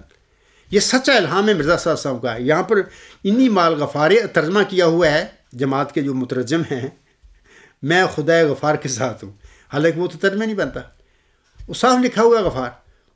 جماعت میں مسئلہ ہوگا کہ یہ غفار کون ہے، یہ تو خدا تعالیٰ کا ایک صفاتی نام ہے، تو ان کو یہ نہیں پتہ چلا کہ یہ عبد الغفار کو ہو سکتا ہے، جماعت میں کوئی بندہ ہو سکتا ہے، کوئی نوجوان ہو سکتا ہے عبد الغفار، لیکن انہوں نے ترجمہ ہی بدل دیا، میں خدا غفار کے ساتھ ہوں، حالانکہ یہ تو ترجمہ ہی غلط ہے۔ تذکرہ میں جو ترجمہ لکھا ہوا ہے اس کا ترجمہ یہ ہے کہ میں غفار کے ساتھ ہوں۔ اس کا مطلب یہ بنتا ہے کہ میں عبد الغفار کے ساتھ ہوں۔ غفار تو خود اس کا صفاتی نام ہے، میرا جو نام ہے عبد ال کے ساتھ اس کا صفاتی نام ہے میرے ساتھ لگا ہوا۔ انی مال غفار، اٹ مینس میں عبد الغفار کے ساتھ ہوں، تیرے پاس اچانک آؤں گا۔ تو یہ الہام ہے 16 نومبر 1898 کا۔ تو یہ سچا الہام ہے، کوئی ایسا زمانہ آنا تھا جب اللہ تعالیٰ نے عبد الغفار نامی کسی شخص کو بطور ذکی غلام چننا تھا اس کی جماعت میں سے۔ اس کے حوالہ سے یہ الہام ہے 1898 میں اللہ تعالیٰ نے محمد مریم پر نازل فرمایا تھا۔ تو ایسے ہی یہاں پر اللہ نے لکھا ہوا ہے کہ انی مع افواج عتیق بغداتن، میں اپنی تمام فوجوں کے ساتھ فرشتوں کے ساتھ آؤں گا نشان دکھلانے کے لیے تیرے پاس۔ ایسا ہی انشاءاللہ تعالیٰ انی مال غفار بغداتن کا جو واقعہ ہے ابھی بڑی جلد یہ پورا ہونے والا ہے، الہام بھی ہونے والا ہے انشاءاللہ۔ آپ تم دیکھو گے کہ خدا تعالیٰ اس عاجز کی مدد کے لیے کیسے آتا ہے، بلکہ وہ آ رہا ہے۔ میں دیکھتا ہوں، میری روح دیکھتی ہے اس کو، میری دل کی آنکھیں اس کو دیکھ رہی ہیں، اس مدد کو بھی دیکھ رہی ہیں۔ تم نہیں دیکھ رہے، تم مجھ سے تمسکر اور ٹھٹھے کرتے پھر رہے۔ اللہ تعالیٰ آپ پر رحم کرے اور آپ کو ایسی حرکتوں سے بچائے جس سے اللہ تعالیٰ کی ناراضگی ہو جائے۔ اسی طرح سامعین کرام، اللہ تعالیٰ نے یہ جو الہام فرمایا، اسی کے حوالہ سے خود بانی جماعت صاحب فرماتے ہیں اپنے ایک منظوم کلام میں، شعر میں کبھی آدم کبھی موسیٰ کبھی یعقوب ہوں، نیز ابراہیم ہوں نسلیں ہیں میری بے شمار۔ خود فرما رہے ہیں کہ اللہ نے مجھے یعقوب بنایا ہے، اس زمانے کا میں یعقوب ہوں، میں ابراہیم ہوں، آدم ہوں، موسیٰ ہوں، اس زمانے کا ابراہیم ہوں، اور نسلیں ہیں میری بے شمار۔ تو یہ جو پہلا یعقوب تھا، یہ جو اس کی اولاد ہے، وہ اس کا نام یعقوب کا اسرائیل بھی تھا، تو بنی اسرائیل اس کی اولاد کو ہی ہم کہتے ہیں۔ تو یہ جو ان کی اولاد تھی، بعد میں ہم دیکھتے ہیں، پتہ ہے ہمیں کہ حضرت یوسف علیہ السلام مصر میں چلا گیا، اللہ نے پھر وہاں پر اس کو بادشاہ بنا دیا، گورنر بنا دیا، مقتدر مقام دے دیا اس کو۔ پھر اس نے اپنے والد صاحب کو، اپنے بھائیوں کو، سب کو، بنی اسرائیل کو بلا لیا اپنے پاس۔ ایک لمبا عرصہ وہ رہے، یوسف علیہ السلام فوت ہو گئے، تو 100 200 سال 300 سال کے بعد پھر وہ جو پہلے فرعون تھے جو حضرت یوسف علیہ السلام کے، وہ اچھے تھے، بعد میں غلط قسم کے فرعون بھی آ گئے۔ یہ ٹائٹل تھا اس زمانے میں، جیسے آج کل یہ کہتے ہیں نا خلیفہ، یہ بلایت مشک ہے، اس کے کھڑپینچ ہے جو کہتے ہیں اپنے آپ کو خلیفہ، یہ ٹائٹل سا ہے۔ کوئی ایسا زمانے آنے والا ہے جب اس قسم کے جو ٹائٹل یہ استعمال کر رہے ہیں، جو ان کی برائیاں ہیں، جو گند ہیں، جو انہوں نے ظلم کیے ہیں لوگوں پر، تو آئندہ زمانے کے جو احمدی ہیں، جو لوگ ہوں گے، پناہ مانگیں گے لفظ خلیفہ سے بھی۔ اچھا، تو جب انہوں نے کسی مطلب کہ سخت الفاظ کہنے ہوں گے تو وہ کہہ گے تم خلیفہ ہے، مطلب کہ اس طرح ہو جائے گا جیسے آج کسی کو اگر کہنا ہو کہ تو بڑا غلط آدمی ہے، ظالم ہے، اس کو کہتے ہیں تو فرعون ہے۔ تو وہ غلط قسم کے آ گئے، پھر انہوں نے بنی اسرائیل کو غلام بنا لیا، چھوٹے چھوٹے کام کرواتے تھے، ان کی جائیدادیں پر قبضہ کیا، یا جو بھی اس زمانے میں ظلم تھے پھر ان پر کیا۔ تو ان کو پھر چھوڑنے والے بندہ بھی پیدا کیا اللہ تعالیٰ نے، انہی میں سے، بنی اسرائیل میں سے۔ ایک لمبا واقعہ ہے، سورۃ طٰہٰ میں ہے، سورۃ قصص میں ملتا ہے کہ حضرت موسیٰ علیہ السلام کو پھر پیدا کیا، وہ حضرت یوسف علیہ السلام کے بھائی کی اولاد میں سے ہے، یہودا غالباً اس کا نام تھا بڑا، اس کی نسل میں سے وہ موسیٰ علیہ السلام پیدا ہوئے۔ تو اسی طرح میں آپ لوگوں کو بتانا چاہتا ہوں کہ حضرت مرزا صاحب وسلم کو بھی ایک موسیٰ کی خبر دی گئی ہے. جیسا کہ تذکرہ صفحہ 596 پر یہ الہام ہے، الہام کا نمبر ہے 9. اللہ فرماتا ہے ایک موسیٰ ہے، میں اس کو ظاہر کروں گا اور لوگوں کے سامنے اس کو عزت دوں گا. اچھا، اب سوال یہ ہے کہ جماعت احمدیہ میں مرزا صاحب کو بتا دیا اللہ نے کہ تو یعقوبی ہے اور تیری جماعت جو بنی اسرائیل ہے تیرے لیے. پھر اللہ نے ایک ذکی غلام کی بشارت دے دی چلہ ہوشیارپور میں، اس کو ملہم نے مسلم موت کہا. پھر اللہ نے اسی مرسل کو، اسی مرزا غلام صاحب کو، اپنے برگزیدہ بندے کو خبر دے دی موسیٰ کی کہ وہ ظاہر ہوگا. ایک موسیٰ ہے، میں اس کو ظاہر کروں گا اور لوگوں کے سامنے اس کو عزت دوں گا. وہ موسیٰ سوائے ذکی غلام کے علاوہ اور کون ہو سکتا ہے مرزا صلی اللہ علیہ وسلم کی جماعت میں؟ وہی ہے. اسی کے متعلق، ذکی غلام کے متعلق ہی تو اللہ نے فرمایا ہے کہ وہ اسیروں کی رستگاری کا موجب ہوگا. اسیر کون ہے؟ میں گزشتہ لیکچر میں بھی یا گزشتہ خطبہ جمعہ میں بتا چکا ہوں، وہ اسیر آپ ہی تو ہیں. آپ کو ہی تو کچھ لوگوں نے اسیر بنانا تھا، غلام بنانا تھا، ایسے ہی جیسے پہلے بنی اسرائیل کو بنایا تھا فرعون نے. جماعت احمدیہ میں بھی کچھ لوگ فرعون نما، حامان نما بننے والے تھے. انہوں نے وہی کام کرنا تھا. جیسا کہ حضرت یوسف علیہ السلام کے بعد کچھ ایسے فرعون آ گئے مصر میں جنہوں نے بنی اسرائیل کو اپنا غلام بنا لیا، ان پر ظلم ڈھائے، ان کے بچے قتل کر دیتے تھے، عورتوں کو زندہ رکھتے تھے، لڑکیوں کے. ایک طویل ایک ظلم کی کہانی ہے. ایسے ہی جماعت احمدیہ میں ہونے والا تھا. تو مرزا صاحب نے تو پہلے اللہ تعالیٰ کی طرف سے خبر پا کے بتا دیا ہوا ہے، میں کبھی آدم، کبھی موسیٰ، کبھی یعقوب ہوں، نیز ابراہیم ہوں، نسلیں ہیں میری بے شمار. اور اپنی جماعت کو بنی اسرائیل بھی قرار دے دیا. اور پھر اللہ تعالیٰ نے مرزا صلی اللہ علیہ وسلم کو موسیٰ کی بھی خبر دے دی کہ وہ کیا کرے گا. وہ موسیٰ وہی ہے، وہی ذکی غلام ہے جو آپ سب لوگوں کی رستگاری کا موجب بننے والا ہے، آپ کو چھڑانے والا ہے، آپ کی نجات آپ کو دلانے والا ہے، جس کے متعلق آپ دن رات میری مخالفت کرتے پھر رہے ہیں. وہ تمہارا نجات دہندہ ہے. آپ کو سمجھ نہیں آ رہی، اب انشاءاللہ بڑی جلدی آپ لوگوں کی سمجھ آ جائے گی، آپ کو روشنی ہو جائے گی.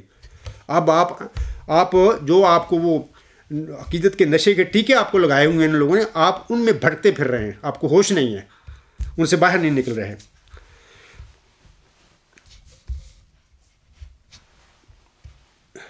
اور یہ بھی ایک عجیب بات ہے کہ جو بندہ فرعون بننے والا تھا حضرت مرزا صلی اللہ علیہ وسلم کی جماعت میں، آپ کا ہی لڑکا، اور یہ حمان ٹائپ لوگ سارے اس کے ناظر نوزر، یہ مولوی ٹائپ جو بنے پھرتے ہیں، سارے حمان ٹائپ ہیں. وہ فرعون جو نما بننے والا بندہ تھا، مرزا صلی اللہ علیہ وسلم کا لڑکا ہی، وہ خود ہی جھوٹا دعویٰ مسلم موت کر کے خود مسلم موت بن کر بیٹھ گیا جماعت میں. کام وہ فرعون والے کر رہا ہے. مجھے بڑا افسوس ہوتا ہے احمدیوں پر، قبرستانی احمدیوں پر. وہ جس انسان نے تمہیں غلام بنا لیا، جس نے تمہیں ایک شیطانی نظام میں جکڑ کر ارخاج مقاطعہ تم پر 48 چندے لگا دیے، نسل در نسل تمہاری جیبیں کاٹی جا رہی ہیں، لوٹ رہا ہے وہ تمہیں، ایک خاندان لوٹ رہا ہے تمہیں. اس خاندان کے ساتھ کچھ اور لوگ حمان ٹائپ ملے ہوئے ہیں، ناظر نوزر ہیں، کوئی مولوی ملے ہوئے ہیں.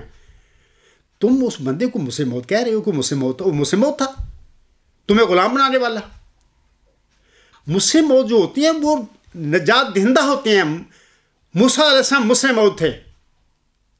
انہوں نے کیا کام کیا؟ ان کا کیا مشن تھا؟ کیا انہوں نے بنی اسرائیل کو فرعون کی ظلم سے، ان کی غلامی سے چھڑایا نہیں تھا؟ جماعت احمدیہ میں بھی حمان کی، فرعون کی خبر ہے. مرزا صاحب بانیہ جماعت کہہ رہے ہیں، بنی اسرائیل کی بھی خبر دے رہے ہیں، اور تم غلام بھی بنے بیٹھے ہو، اسیر ہو اس ٹائم. اور ایک بندہ خدا سے خبر پا کر تمہاری جماعت میں کھڑا ہوا ہے، وہ کہتا ہے کہ اللہ نے مجھے بتایا کہ اے عبدالغفار تو وہ ذکی غلام ہے، تو وہ نشانی رحمت ہے. آج میں بتا رہا ہوں کہ وہ نشانی رحمت ہی موسیٰ، اس زمانے کا موسیٰ ہے جو تمہاری رستگاری کی وجہ بننے والا ہے، اور جو تمہیں اسیر کرنے والا ہے، غلام بنا لے. اس شخص نے 1944 میں جھوٹا دعویٰ کر کے خود مسلمات بن کے بیٹھ گیا، اور تم 70 دفعہ اس کا جھوٹا دعویٰ مان کر یوم مسلمات بنا بیٹھے، جبکہ وہ تو اس زمانے کا فرعون ہے. تم سب کو انہوں نے، اس شخص نے بلیک میل کر لیا کہ میرے والد صاحب کو ان لوگوں نے مانا، اپنی برادریاں چھوڑ دیں، قبیلے چھوڑ دیے، ہم کٹ ہو گئے اپنے رشتہ داروں سے. میرا بھی یہی حال ہے، میں بھی آپ میں سے ایک بندہ ہوں. تو ہمارا مرنا جینا تو ایک کمیونٹی میں ہو گیا. اب اس شخص نے کہا کہ اب میں ان لوگوں کو بلیک میل کروں گا. جھوٹے دعوے کیے، منوائے. 70 دفعہ اس کے جانشینوں نے اور اس نے خود نے یوم مسلم موت منا کے تمہارے دل و دماغ میں اپنے جھوٹے دعوے کو پختہ کر دیا. بت بن کے تم سب کے دلوں میں بیٹھ گیا، دماغوں میں بیٹھ گیا. جبکہ وہ تھا فرعون اس زمانے کا. خود مرزا صاحب فرماتے ہیں کہ میری جماعت میں ایسا واقعہ ہونے والا ہے. تو آج میں وہی جنگ لڑ رہا ہوں تمہاری رستگاری کی، بطور موعظ کی غلام مسیح الزماں، بطور نشان رحمت، بطور مسلم موت کے، جس کی حضرت مرزا صاحب نے خبر دی ہوئی ہے اپنے جماعت کو، اپنے پیروکاروں کو. تو میں آخر پہ بتانا چاہتا ہوں کہ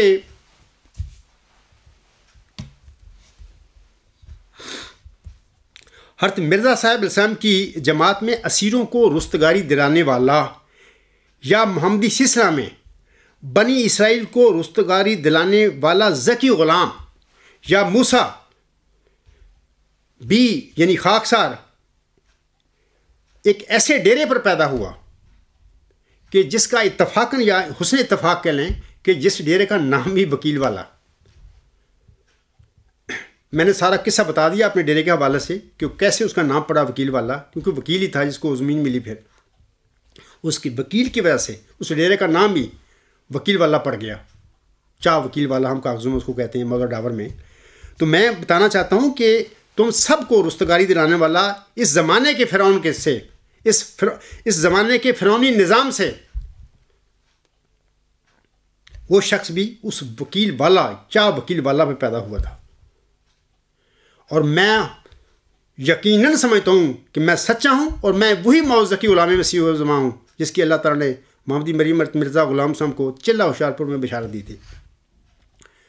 اسی ذکی غلام کے متعلق اللہ نے فرمایا ہوا ہے، اور وہ اسیروں کو رستگاری دینے والا ہوگا، یا وہ اور اسیروں کی رستگاری کا موجب ہوگا، اور زمین کے کناروں تک شور پائے گا، قوم میں اس سے برکت پائیں گی، وغیرہ وغیرہ. یہ خاکسار بھی اسی ڈیرے پر پیدا ہوا. اور الحمدللہ میں سمجھتا ہوں کہ اس عجز نے احمدی اسیروں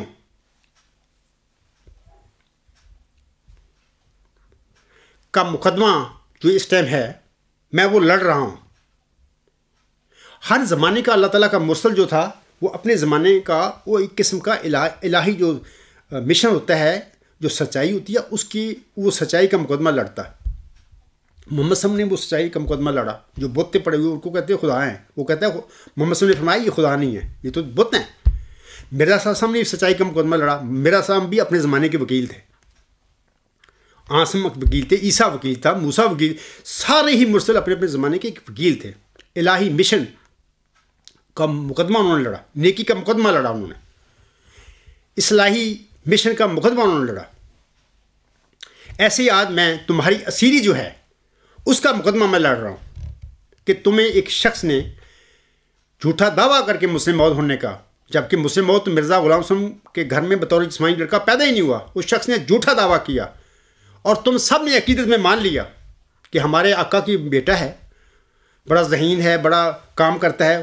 ذہین تو اس لیے تھا کہ اللہ نے ایک لڑکے کی خبر دی ہوئی تھی، ایک جزوی پیش گوئی کے طور پر. اسی مین پیش گوئی میں وہ اصل جو لڑکا تھا وہ بشیر احمد اول تھا. اس کو اللہ نے وفات دے کر اس کی مسیل کی خبر دی. اس کا مسیل یہ بشیر الدین محمود تھا. اس لحاظ سے وہ جو صلاحیتیں بشیر احمد اول کو اللہ نے دینی تھیں وہ ادھر منتقل کر دی. وہ صلاحیتیں تو تھیں، لیکن اس لڑکے نے وہ صلاحیتیں ساری ایک غلط کام کے پر لگا دی. لوگوں کو ان صلاحیتوں کے ساتھ حضرت مرزا صاحب کے پیروکاروں کو غلام بنا لیا اس نے. یعنی اپنی اچھی صلاحیتیں جو اللہ نے دی تھیں، جس کے ساتھ وہ اچھے کام کر سکتا تھا، اس نے دنیا کمانے کے لیے، اپنے خاندان کو عروج دینے کے لیے، اپنی خاندان کی ایک اقتدار، حکومت 1000 سال تک بنانے کے لیے، یہ اس کا پروگرام تھے دنیاوی. پر اس نے اپنی وہ جو صلاحیتیں تھیں وہ اچھی دی گئی، وہ اس پر لگا دی. وہ نیکی کی طرف نہ گیا، شیطان کے پیچھے چلا، اپنے نفس کے پیچھے چلنے لگ گیا. تو اور اس طرح اس نے مرزا صاحب کے ماننے والوں کو، مرزا صاحب کی جماعت کو، مرزا صاحب کی جو بنی اسرائیل جماعت تھی اس کو اس نے غلام بنا لیا، اسیر کر لیا ایک شیطانی نظام میں جس کا اسلام سے کوئی تعلق ہی نہیں ہے. میں آپ لوگوں سے کہتا ہوں کہ دلیل دیتا ہوں کہ اللہ نے فرمایا ہے کہ لا اکراہ فی الدین، دین میں کوئی جبر نہیں. یہ تمہارے خلیفے دھواں دھار تقریر کرتے ہیں آزادی ضمیر کے حوالے سے. کیا ہماری جماعتی احمدیہ قبرستان میں، آپ مجھے سچ سچ بتائیں، کیا تمہیں آزادی ضمیر حاصل ہے؟ مجھے کیوں سزا ملی؟ میرے ساتھ کیوں ظلم ہوئے میرے اہل و عیال کے ساتھ, میری جماعت کے دوسرے ساتھیوں کے ساتھ؟ یہ آزادی ضمیر کی تو سزا ملی ہوئی ہے کہ تم نے تم یہ کیوں کہہ رہے ہو کہ خلیفہ ثانی مسلم موعود نہیں تھے؟ کیونکہ میں دلیل کے ساتھ کہہ رہا ہوں اور مجھے حق دیا ہے اللہ نے. تو میں کہنے والا ہوں کہ وہ شخص جو جماعتی احمدیہ میں پیدا ہوا جس کا نام عبدالغفار جمبا ہے, اللہ تعالیٰ نے اس کو چودھری شیر محمد جمبا کے گھر میں بطور ذکی غلام پیدا کیا تھا. میں نے اپنی خاندان کی اپنی پیدائش کی بات ساری گزشتہ لیکچروں میں کچھ نہ کچھ بتا چکا ہوں کہ وہ پیدا ہی وہ عبدالغفار جمبا بطور ذکی غلام کے ہوا تھا. تو اس نے یہ جو اسیر ہیں جماعتی احمدیہ کے بنائے گئے ہیں, اس فرعون نے بشیر الدین محمود نے جو کیے ہیں, ان اسیروں کا رستگاری کا اس نے مقدمہ لڑنا ہے. وہ مقدمہ میں لڑ رہا ہوں. اور میں پیدا کہاں ہوا تھا؟ وکیل والا. اس طرح ہم دیکھیں تو وہ جو ڈیرا ہے ہمارا, وہ اس میں بامسمہ بن گیا کہ یعنی ایک تو وہ وکیل تھا جس کے نام پر یہ ڈیرے کا نام وکیل والا پڑ گیا. ایک اس وکیل والا پر ایک شخص پیدا ہوا, اللہ نے پیدا کیا اس ذکی غلام کو. اس نے جماعتی احمدیہ کے اسیروں کا مقدمہ لڑا. اللہ نے اس کو مشن دیا بھی لڑے اس مقدمے کو, ان کو رستگاری دے. تو وہ میں مقدمہ لڑ رہا ہوں انشاءاللہ تعالیٰ. بڑی جلدی تم سب اسیر آزاد ہو جاؤ گے. آزادی آپ کا حق ہے. اللہ کی بات کرو, سوال کرو. کسی کا کیا حق ہے کہ سوال کرنے سے روکے کسی انسان کو؟ آنس نے فرمایا السوال نصف العلم, سوال آدھا علم ہے. السوال مفتاح العلم, سوال علم کی چابی ہے. یار جس قبرستان جماعت میں سوال کا حق ہی چھین لیا جائے لوگوں سے تو وہ تو مردہ بن گئے. وہ جماعت, وہ لوگ کیسے ترقی کر سکتے ہیں؟ وہاں پر کیسے آئنسٹائن پیدا ہو سکتے ہیں, نیوٹن پیدا ہو سکتے ہیں, یا ڈاکٹر عبدالسلام پیدا ہو سکتے ہیں؟ ہرگز نہیں پیدا ہو سکتے, کیونکہ وہاں پر گلا ہی گونڈ دیا گیا, ذہنی کچل دیے گئے, مفلوج کر دیے گئے سوال کا حق چھین کر. تو میں بتا رہا ہوں کہ وہ شخص جو آپ کی رستگاری کے جو بننے والا ہے یا جس کو اللہ نے بنایا ہے, اس کو اللہ تعالیٰ نے بطور ذکی غلام اسی ڈیرے پر چاہ وکیل والا پر پیدا کیا, چودھری شیر محمد جمبا صاحب کے گھر میں. اور انشاءاللہ تعالیٰ آپ اس اسیری سے رستگاری پائیں گے اور آزاد ہوں گے, اور اسلام ترقی کرے گا, اور باقی وہ ذکی غلام جو ہے دنیا کے کناروں تک شہرت بھی پائے گا. آپ کی زندگیوں میں آپ دیکھیں گے, جن کو 8-10 سال زندگی ملے وہ دیکھیں گے, اور قومیں اس سے برکت پائیں گی. تو پھر یہ جو میں باتیں آپ کو بتا رہا ہوں آپ کو سمجھ آ جائے گی کہ واقعی وہ چاہ وکیل والا اگر دیکھا جائے تو ایک وکیل کے نام پر اس ڈیرے کا نام پڑا, اور اسی چاہ وکیل والا پر اس ڈیرے پر اللہ تعالیٰ نے ایک ایسے انسان کو پیدا کیا جو جماعتی احمدیہ بنی اسرائیل جو تھی, ایک فرعون کے چنگل سے اس نے چھڑانا تھا ان کو, اسیروں کو. جیسے کہ موسیٰ علیہ السلام نے بنی اسرائیل کو فرعون کے چنگل سے چھڑایا تھا, ایسے ہی محمدی سلسلے میں, احمدی سلسلے میں اللہ تعالیٰ نے پھر ایک ذکی غلام کو بطور موسیٰ پیدا کیا, جس نے جو حضرت مرزا صلی اللہ علیہ وسلم کی جماعت میں فرعون بننے والا تھا اور حمان تبا لوگ پیدا ہونے والے تھے, ان کے چنگل سے اللہ تعالیٰ نے حضرت مرزا صلی اللہ علیہ وسلم کی بنی اسرائیل جماعت جو تھی اس کو چھڑانا. تو میں آخر پہ چند اشعار ہیں حضرت مرزا صلی اللہ علیہ وسلم کے, وہ پڑھ کر میں اپنے اس لیکچر کو ختم کرتا ہوں. حضور صلی اللہ علیہ وسلم فرماتے ہیں, آج میں بھی فرماتا ہوں یہی, ابتدا سے ہی تیرے سایہ میں میرے دن کٹے, ابتدا سے ہی تیرے سایہ میں میرے دن کٹے, گود میں تیری رہا میں مثل طفل شیر خار.